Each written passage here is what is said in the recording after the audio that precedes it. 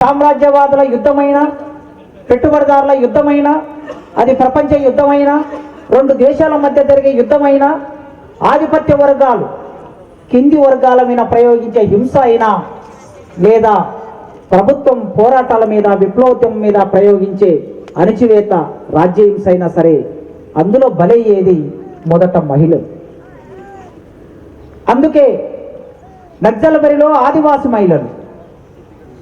ఆదివాసులు భూమి కోసం, భుక్తి కోసం, విముక్తి కోసం కేవలం అడవిని మాత్రమే ఆధారం చేసుకొని జీవితం, మైదాన ప్రాంతంతో సంబంధం లేని జీవితం, పోడు వ్యవసాయం మాత్రమే చేయగలిగిన పరిజ్ఞానం, భూమిని ఎట్లా చదును చేయాలి, ఎట్లా విత్తనాలు వేయాలి, కలిపెట్ల తీయాలి, పంటను ఎట్లా సాదుకోవాలి, కోతెట్ల కోయాలో తెలియని ఆదివాసులు ఈ దేశంలో ఇప్పటికీ ఉన్నారు.